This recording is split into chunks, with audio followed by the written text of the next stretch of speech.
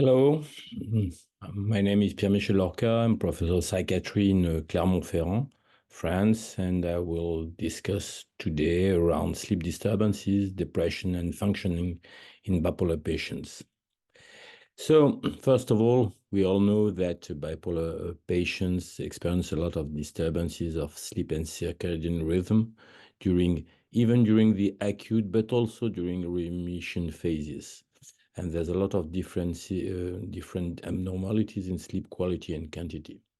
So they frequently suffer also from comorbid sleep disorders like obstructive sleep apnea, restless leg syndrome, delayed sleep phase, chronic insomnia, or also excessive daytime sleepiness. Here is a table that was adapted from an article from a French colleague of mine, Professor Pierre-Alexis Geoffroy, and trying to make visible the different symptoms and clinical signs and frequency and risk factors associated with different sleep disorders in bipolar patients.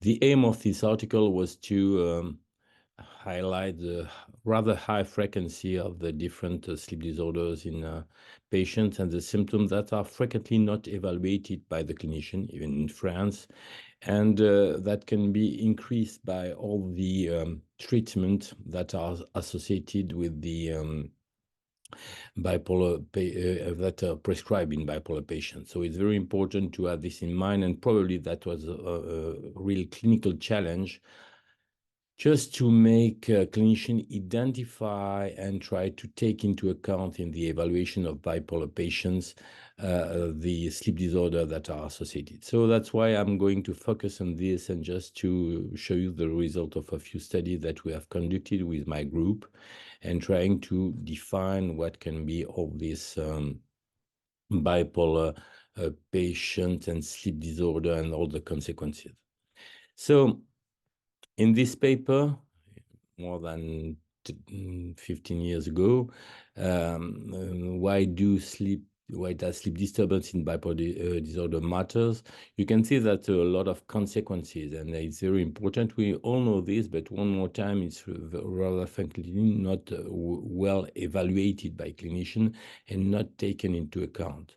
So I will focus in the different studies about affect regulation, cognitive functioning, impacts on health, and I think it's rather interesting to see what the correlation that we have highlighted in these works. First of all, I will focus on results about from a prospective cohort of bipolar patients that we are running in France with my group from the Fondation Fondamentale. This cohort is an observational cohort of individual patients with bipolar disorders, and they are considered to be euthymic, and when they are benefiting from evaluation, systematic evaluation, clinical, cognitive, biological evaluation, and then we provide evidence-based treatment recommendation, and the follow-up is every year for 3 years.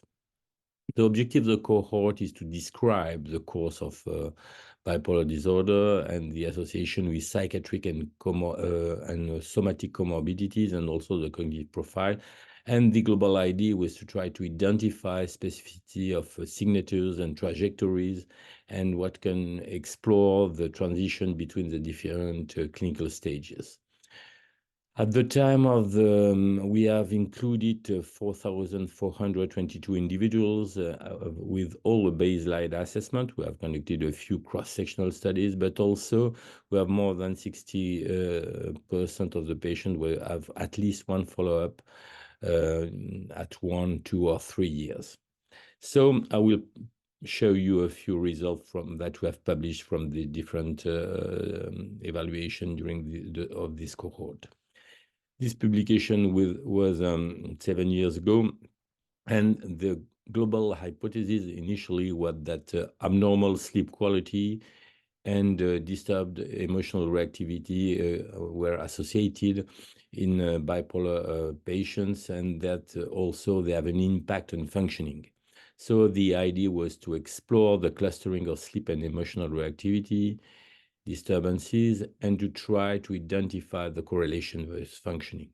So we have included 533 patients outpatients. The assessment used the Pittsburgh Sleep Quality Index, the multidimensional assessment optimic state MATIS scale that was developed by Professor Chantal Henry in France and tried to evaluate the emotional reactivity. And it's rather well known in bipolar domain to evaluate this, and that we have largely used in different studies.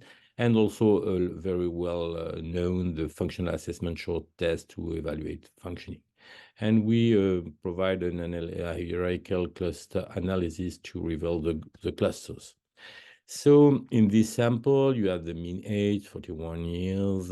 Most of the patients were women. We have a majority of patients with bipolar 1 disorder, and we have, as you see, they're supposed to be euthymic, and so they have a mean MADRS score of around 5, and a Young Mania Rating Scale score around 1.77. So we identify 3 clusters. The first cluster of 54% of the patients, that's patients with normal emotional reactivity and normal sleep quality. The cluster 2, with 22% of the patients, are patients with a mild hypo-emotional reactivity associated with sleep disturbances. And the last cluster, cluster 3, is 24% of the patient, and they can be considered according to the score of the MATIS and the Pittsburgh Scale Quality Index to have hyper-emotional reactivity and sleep disturbances. And all the clusters differ for emotional reactivity and sleep quality, even if cluster 1 is rather more different from cluster 2 and cluster 3, as we will see. When we look at the different clusters and try to focus on the depressive and hypomanic symptoms, we can see that there's a more significant difference between cluster 1, that can be considered to be euthymic patients, and cluster 2 and 3, that can be considered to patients that can be defined as euthymic, but with still syndromal mood symptoms, so depressed and hypomanic, and this 46% of our sample. And when we look at the sleep profile according to the cluster, you can see the graph with the different clusters and the sleep profile describing the sleep efficiency, sleep duration, sleep disturbances. You have sleep medication, sleep latency, subjective sleep quality, and daytime functioning. You can see that cluster 2, hyporeactivity and disturbed sleep, show a poor sleep efficiency and a trend for longer sleep latency compared to cluster 3. So it's interesting to see that when you have a modification in emotional regulation in any duration, hypo or hyper, you have consequences in terms of sleep disturbances, but it's not a linear model. And it's relevant when you consider another publication that was from Altena that conclude that abnormal emotional reactivity and sleep disturbances hypothesized to be mutually self-reinforcing in patients with bipolar disorder and to play a central role in pathophysiology of the disorder.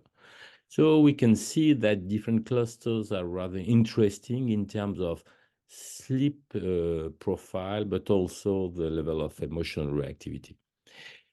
And when we look at functioning, that was one of the goals of the study, we can see that we have an impact more specifically in cluster 2 and 3 in terms of cognitive functioning, financial issues, interpersonal relationship, lysotype, that demonstrate that you have an impact of this hyper or emotional reactivity and sleep disturbances on functioning. So to conclude, in this study, we identified those three clusters of patients according to sleep disturbances and emotional reactivity. And I think that the two more abnormal cluster 2 and cluster 3, they really have alteration in terms of functioning rather similar. And it's interesting to see that they are not discriminated by the standard mood assessment scale using MADRS and Young Mania Rating Scale. So assessing sleep and emotional reactivity could lead to a better characterization of patients with these subdromal symptoms and we have seen that there's also an impact in terms of functioning in these two clusters. So I think it's interesting to be aware that clinical evaluation, but not only focus on mood symptoms, depressive symptoms of manic, hypomanic symptoms, but also on emotional reactivity and sleep disturbances. In another study, we tried to evaluate the trajectory of functioning in this bipolar patient for up to 3 years. And we identified the distinct trajectories of functioning and tried to specify them according to their clinical characteristics.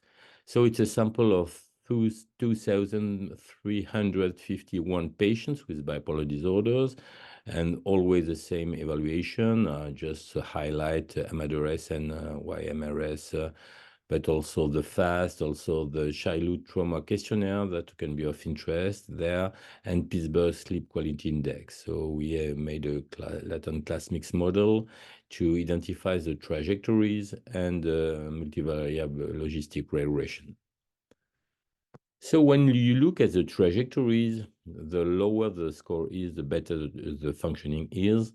You can see that you have a class 1 with a stable mild impairment of functioning. It's a green line. You can see the class 2 with an improving course. The decrease of the score is related to the improving course. In the first class, we have 1,704 patients. In this class 2 with an improving course, unfortunately, the smaller class, it's close to 200, and the class 3, it's the black line, a stable severe functional impairment. And when we try to identify what are the characteristics of this class 3 patient compared to the patient with a stable mild functional impairment, you can see that that difference in terms of childhood trauma, unemployment, a high number of lifetime hospitalization, depressive symptom, overweight and obesity, sleep disturbances, and psychotropic drug use.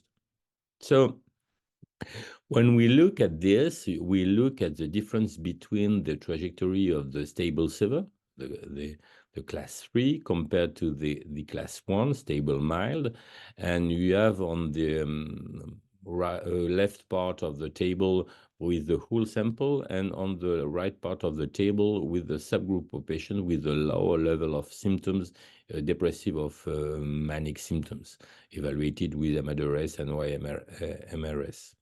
And you can see that there's significant differences between these two groups, stable severe and stable mild, in terms of unemployment, lifetime hospitalization, depressive symptoms, childhood trauma, as we said, body mass index, sleep disturbances, and psychotropics. But also you can see that when we look only at the patient with the lower level of symptoms, depressive and manic symptoms, it's less evident in terms of correlation with unemployment, but also depressive symptoms, and also number of psychotropic medications. So we have some confounding factors that we can identify to define the different groups. And when we perform a ROC curve just to identify the 7 predictors of severe versus stable mild functional impairment, we can see that those 7 predictors show a rather not so bad specificity to identify, with an error under the curve of 0.8, which is not so bad. And when we look at this, the relation between the different clinical variables or characteristic of the patient and the impairment in terms of trajectory, a subdomain of impairment. If we focus on 2 things, if we focus on depressive symptoms, you can see that it's associated with the high level of impairment in the different domains. But when we look at sleep disturbances more specifically, you can see that there's an impact more specifically on interrelationship and professional activity. And it's not so bad to identify this. So to conclude, first of all, the factors that are characterizing our trajectory are rather consistent with that was described in different cross-sectional studies. And we have in the literature a few cross-sectional studies reporting association between impaired functioning and persistent depressive symptoms, what we have seen, and between obesity and cognitive impairment, which is not so obvious in our study. But also sleep disturbances and stable functional impairments and the relation between two are rather consistent with the previous clinical cross-sectional studies.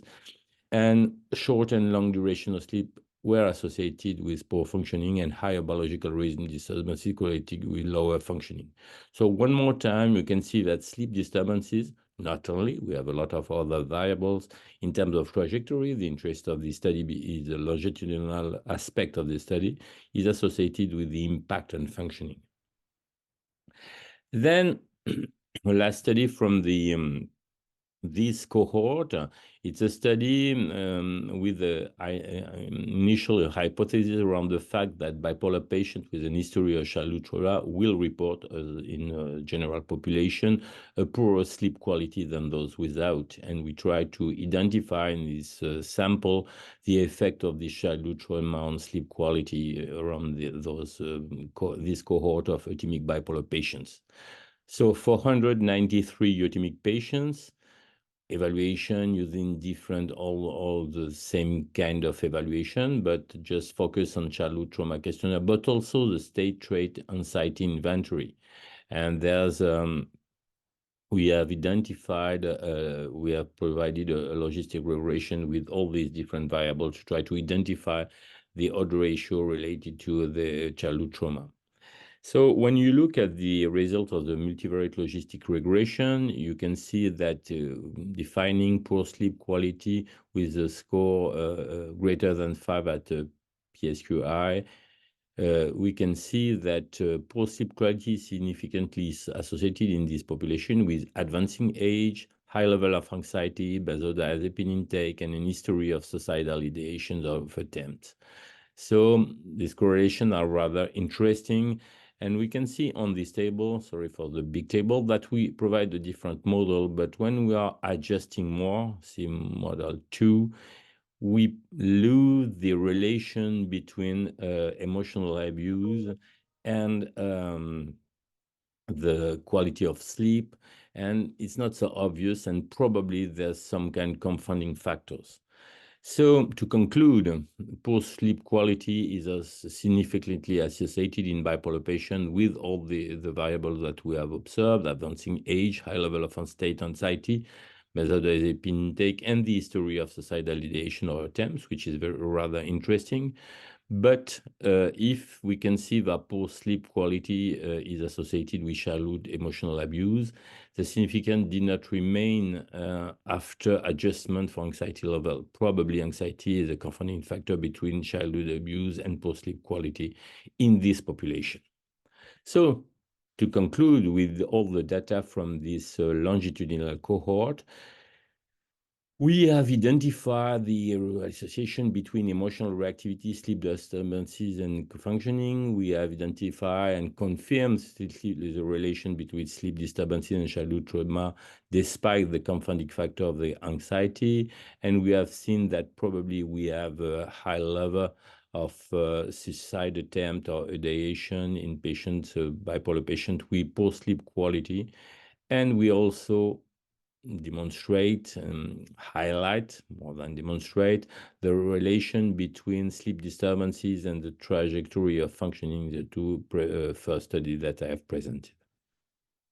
So I will show you also another work from result from another work from my group, the Optimum study.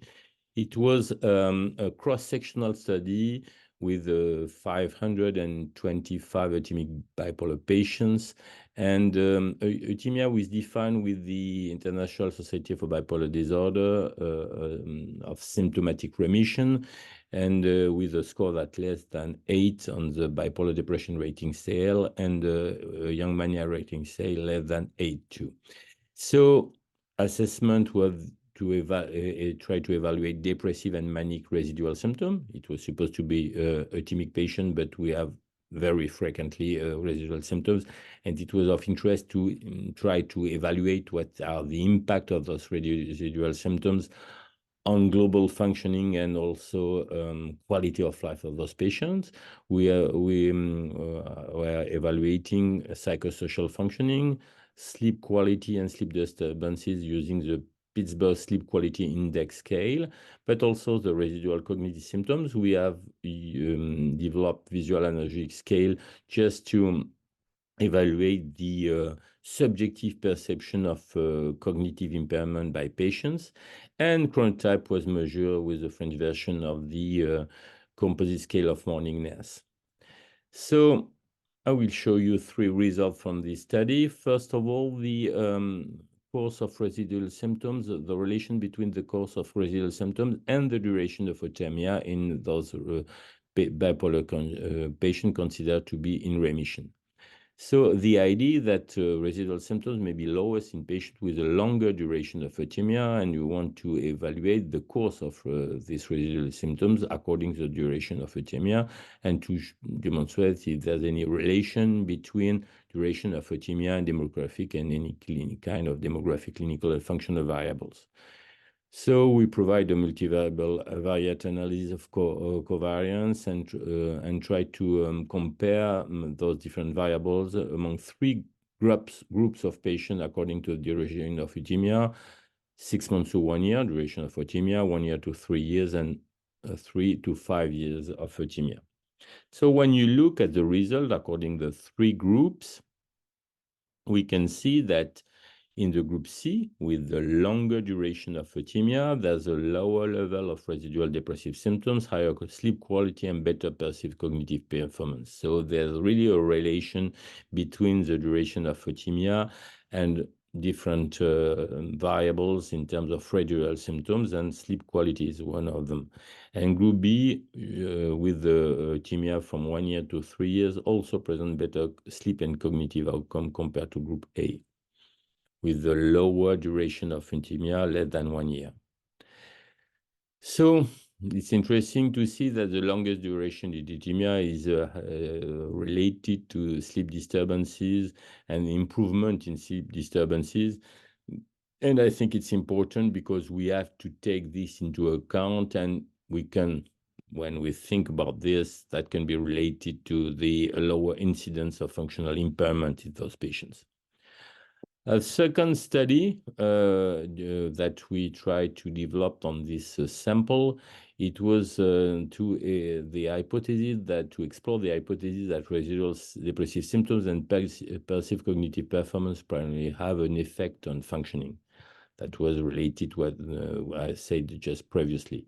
And we tried to evaluate the relation between sleep disturbances and this effect on functioning, and making the hypothesis that we may have a moderate direct effect on functioning.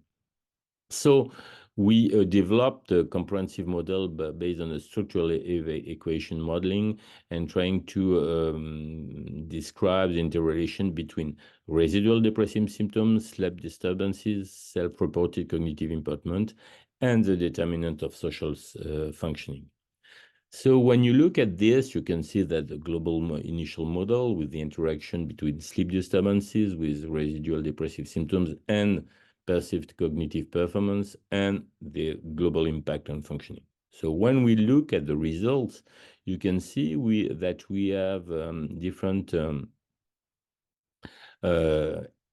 effect at impact, and what is of interest, it seems in our model that the impact on functioning of sleep disturbances is more related to the residual depressive symptoms or perceived cognitive performance. You can see it, and more specifically perceived performance, which is very interesting. And in this case, this description, one more time, we have to be very cautious about the conclusion, but sleep disturbances in this case are indirectly associated with functional impairment via the residual depressive symptoms and the perceived cognitive performance. And it seemed that residual sleep disturbances more affect perceived cognitive performance. One more time, it's using analogy visual scale to evaluate the subjective perception by the patient of the cognitive performance. And it's really interesting because it's rather related to other publication, for example, by Volkert in 2015. So in our results, sleep disturbances have no direct effect on overall functioning, and that can be discussed, and that can be related to a model suggesting that the primary sleep medicated cognitive deficit impaired psychosocial functioning with residual sleep disturbances have only an indirect effect, and it can be mediated by cognitive deficits and affective symptoms. So that can be a description of the way these sleep disturbances have an impact on functioning that we have demonstrated in our previous study about the trajectories in another sample. And last study from the Optimum group, it's around the influence of lithium on sleep and chronotype. And the idea is to complete sleep and circadian phase preferences, the chronotype in lithium-treated patients, and the patients that are treated with another mood stabilizer, including the second-generation antipsychotics, and to test the hypothesis that lithium treatment is associated with better sleep quality. So when we look at our sample, we have 149 patients treated with lithium and 376 patients that are not receiving lithium and receiving anticonvulsivant, antidepressant, and also second generation and even first generation antipsychotics. And you can see that patients receiving lithium were older, they have also a different duration of illness. It's more type 1 patient compared to patient not receiving lithium. That can be related to the prescription habit also in France, and it's difficult to interpret this. And there's no statistical difference in terms of gender, BMI, and presence of residual mood symptoms.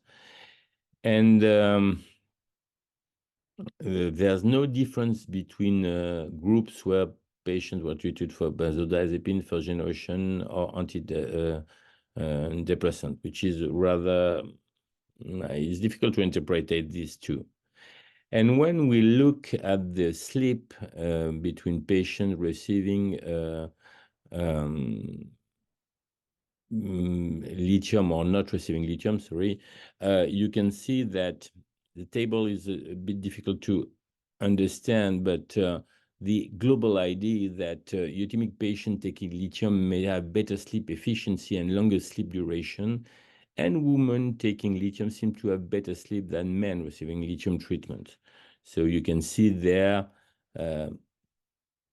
you have lithium, the global score, and you can see that around sleep durations, you can see there also about the bipolar depression rating scale, the modification according to this, and that is the results of the study. So to conclude, at the end of the different studies, you can see that sleep disorders in bipolar patients matters, and that's not a surprise. But one of the interests is the fact that we think that they must be evaluated specifically and probably provide and develop and implement. And it's not easily done in France, so I don't know how it is in the US, but more efficacious therapeutic strategies, because we have seen the impact direct or indirect on functioning, and I think it's very important just to take this into account and to understand the way the bipolar patient may have an impaired functioning, and sleep disorder is probably less evaluated that would be. So thank you for your attention.